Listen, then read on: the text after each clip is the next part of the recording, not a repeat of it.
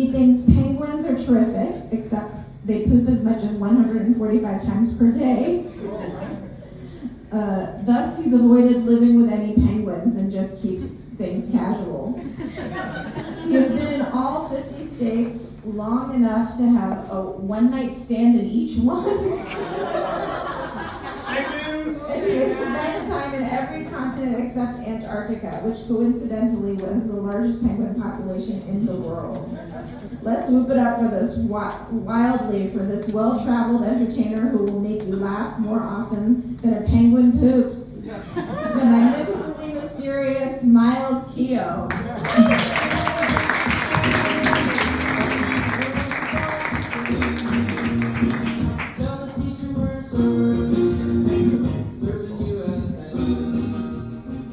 Okay, that's gonna actually be appropriate. Friends, summer loving, huh?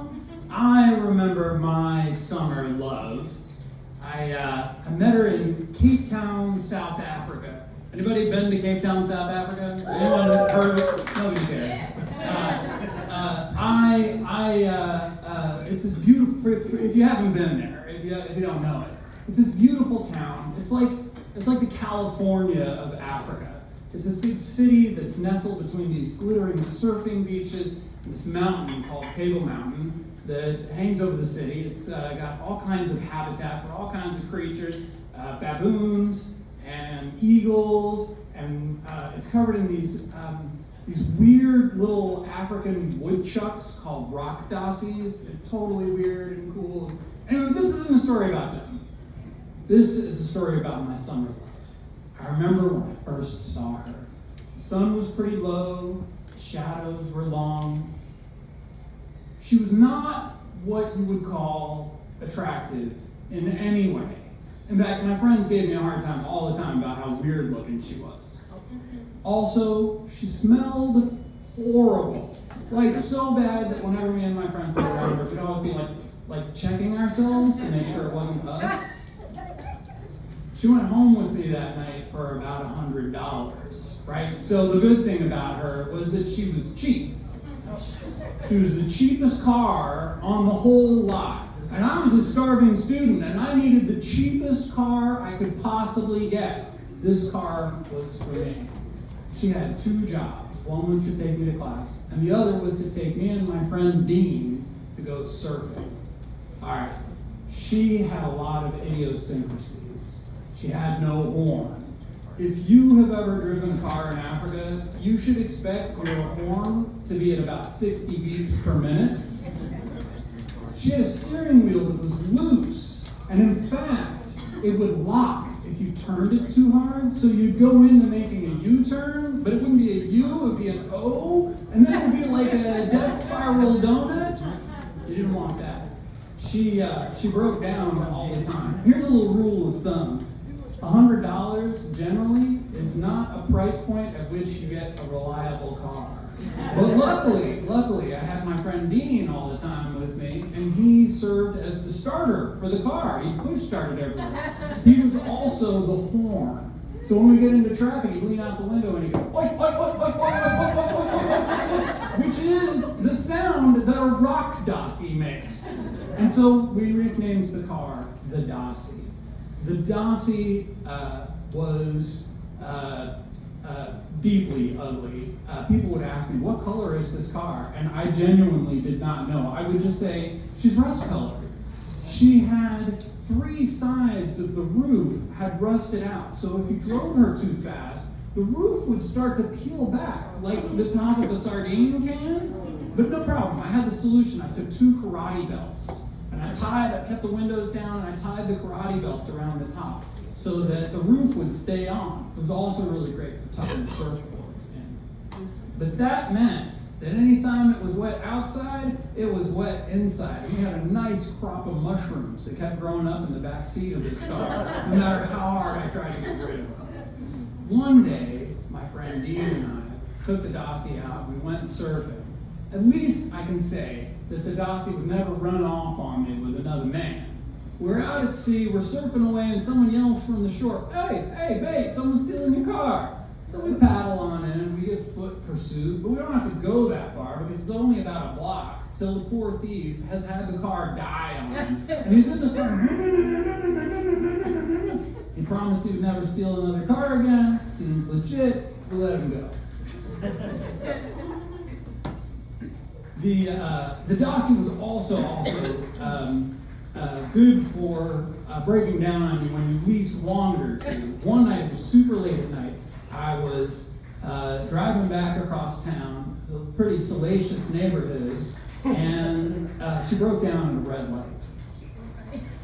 A bunch of cars piled up behind me. They were all stacked up behind, waiting for me to go, and I was trying to get her to go. Well, an enterprising gentleman ran to the back of the line of cars with a billy club. And his routine was to tap on the window, and then people would roll down the window, and they would give him the money, right? And that way, they wouldn't get their windows smashed. And then he'd move on to the next car. Well, here's the problem. I was driving a $100 car. Do you think I had any money? I had no money, and I knew when he got up to me, he was going to just smash in the windows and out of the trouble. But then, when it was just like a car or two back from me, I had a sudden realization. That's not a billy club. The man had an enormous penis. And what he was doing was tapping it on the window. He wasn't robbing people. They were giving him money out of appreciation for this sexual, natural wonder that he was displaying. Well, I was like, I'm here to see this. Come on up. And just then, the Dassie starts. Everyone starts honking at me. Honk, honk, honk. And I ended up driving away without even seeing it. Betrayal.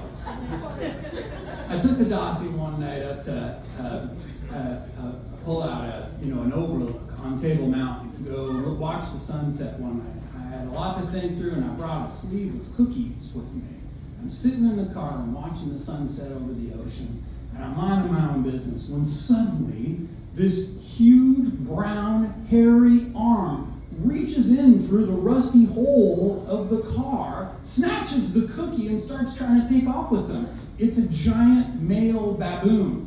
And I hadn't been paying attention. About 70 pounds, big teeth, sharp claws, mean as hell. I freaked out. I leapt out of the car. It swung into the car and somehow closed the door behind it. Now the baboon is inside the car. It is trapped, and it is not being cool about it. It starts pulling the dashboard off. It tears all the handles off of the door. Then it starts going after my seats, reducing my seats to a pile of foam stuffing and bent springs.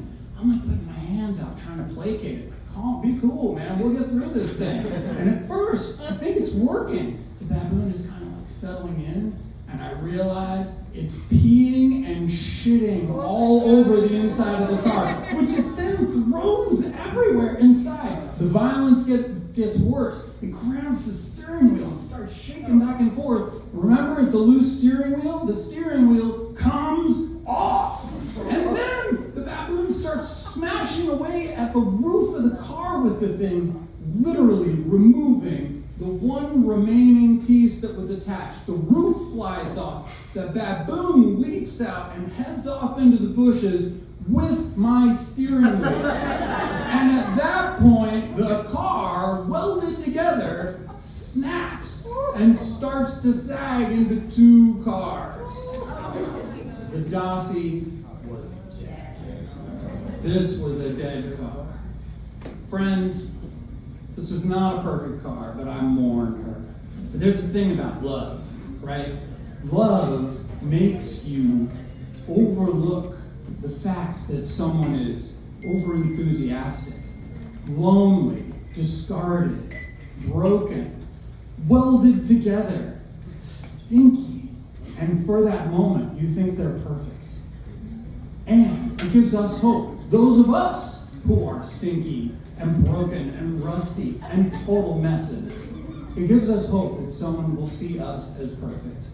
And that feeling will persist after we, like the Dassie, are gone. Although, I finally got a dude to come on out and agree to tow away the Dassie. And he told me he wasn't taking her to a junkyard.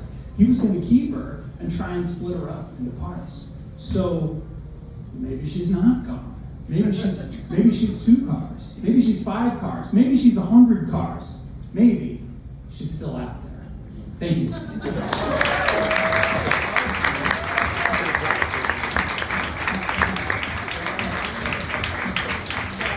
And thanks to our host tonight. I really appreciate all the great for me or for our